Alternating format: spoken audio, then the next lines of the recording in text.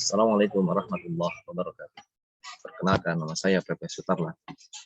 Saya ingin sedikit membahas terkait dengan kejadian yang luar biasa, yaitu sebuah bencana di Kota Batu pada tanggal 4 November tahun 2021 yang belum lama yang kita saksikan. Banjir bandang yang terjadi adalah dikarenakan karena intensitas hujan yang sangat tinggi yang mengguyur di wilayah hulu daerah aliran sungai Brantas yang berada di lereng Gunung Arjuna. Kita pahami bahwa sebuah bencana pasti ada sebuah ketidakseimbangan dalam lingkungan kita dengan alam. Yang dulunya alam kita, pegunungan kita dipenuhi dengan pohon-pohonan yang sangat kuat, yang kokoh, yang besar-besar sehingga bisa menyerap air segitu banyak. Sehingga bisa menyimpan stok air di dalam pohon-pohon yang besar tersebut. Sehingga dalam kekeringan waktu musim panas, kita tidak kekurangan air. Waktu musim hujan, kita tetap aman, tidak adanya kekhawatiran atau terjadi banjir bandang yang terjadi kemarin tanggal 4 November di Kota Batu, sehingga menimbulkan sebuah kerusakan yang sangat dahsyat. Ada 15 orang terseret arus, kerusakan rumah-rumah yang banyak yang tersapu dengan banjir bandang tersebut. Ini karena apa? Karena kita sebagai manusia masih serakah dengan yang ada, yang seharusnya itu kita jaga, tapi kita justru malah menghancurkannya, merusaknya, hanya untuk kebutuhan hidup yang sebentar. Kita pikirkan turunan kita pikirkan masa depan anak-anak kita. Kalau jika saat ini, hari ini kita masih mengeksploitasi bumi dengan kerusakan-kerusakan yang kerusakan ini bukan hanya di Kota Malang. Ini terjadi juga di berbagai daerah di Indonesia. Terjadi juga di berbagai dunia. Dengan sistem kehidupan yang sudah tidak lagi baik. Sehingga muncullah sebuah pergerakan-pergerakan di belahan dunia yang menyuarakan untuk sebuah kehidupan yang bisa lebih baik lagi. Tidak sampai mengeksploitasi, merusak alam yang sampai di Indonesia juga terjadi sebuah gerakan lingkungan hidup. Dikarenakan ada sebuah keresahan yang sama. Nasib di lingkungan hidup di Indonesia yang bagaikan menyelamatkannya. Setidaknya itu dirasakan oleh kelompok 10 yang kemudian menginisiasi kelahiran sebuah organisasi, yaitu forum lingkungan hidup dengan latar belakang yang beragam, namun memiliki visi dan cita-cita sama, sehingga lahirlah yang namanya WALHI. WALHI adalah membangun kesadaran betapa pentingnya lingkungan hidup kita. Sering dengan perjalanan dan hampir sama dengan belahan dunia, menyaksikan bagaimana eksploitasi terhadap alam. Kita kian tak terkendali, tersahan berubah menjadi kemarahan.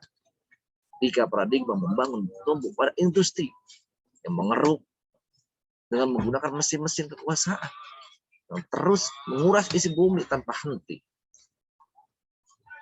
demi kesejahteraan segelintir orang.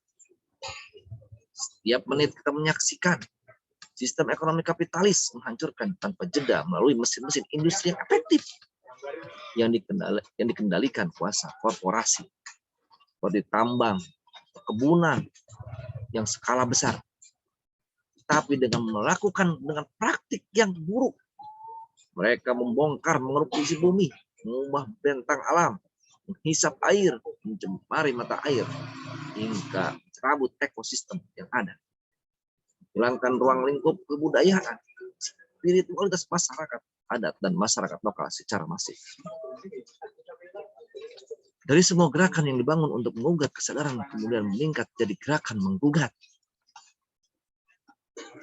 Sehingga di berbagai dunia kita lihat banyak pergerakan yang awalnya adalah dengan kemarahan, akhirnya jadi sebuah kebencian karena tidak ada sebuah pergerakan yang menjadi sebuah kebaikan. Di dalam pergerakan itu kita emang harus tetap menyuarakan kepada yang bertanggung jawab di sini, yaitu negara. Harusnya negara mengayomi dan membuat sistem sehingga tidak terjadi kerusakan-kerusakan. Pada konteks tertentu, entitas ditentukan pilihan pimpinan politiknya. Oligarki Indonesia bersifat ekstraktif. Investasi sektor sumber daya alam tetap menjadi tulang punggung. Ini tidak dapat dilepas dari makin kuatnya oligarki dan kekuasaan. Apalagi bisnis sumber daya alam, salah satu penyokong utama dalam politik elektoral dengan izin sebagai ijonnya. Elit politik abai dengan risiko krisis iklim dan kerusakan ekologis yang harus ditanggung masyarakat. Rakyat semua yang ada di semua negara, termasuk kepulauan yang bernama Indonesia, sampai kecilnya adalah sampai ke Kota Batu seharusnya. Elit politik abai, sehingga tantangan makin berat buat kita. Dengan lingkungan hidup, dengan demokrasi, oligarki tak pernah merasa cukup mengeksploitasi manusia dan alam. Dalam konteks politik Indonesia, kita berhadapan pada situasi ruang demokrasi makin sempit dan reformasi di korupsi. Berat bagi penggerak hidup untuk melawan terhadap kegiatan-kegiatan yang bisa merusak lingkungan, dikarenakan ada izin, diberikan izin oleh negara, oleh kekuasaan politik yang mempunyai hubungan baik, sehingga mereka tetap diberikan izin untuk mengeksploitasi, merusak alam Indonesia ini. Kita sangat sedih, sangat prihatin melihat kondisi saat ini. Bencana hanya bukan ada di Kota Batu saja, tapi di belahan dunia. SS di kutub utara dan kutub selatan pun sudah mulai mencair, sehingga air yang ada di lautan bisa naik.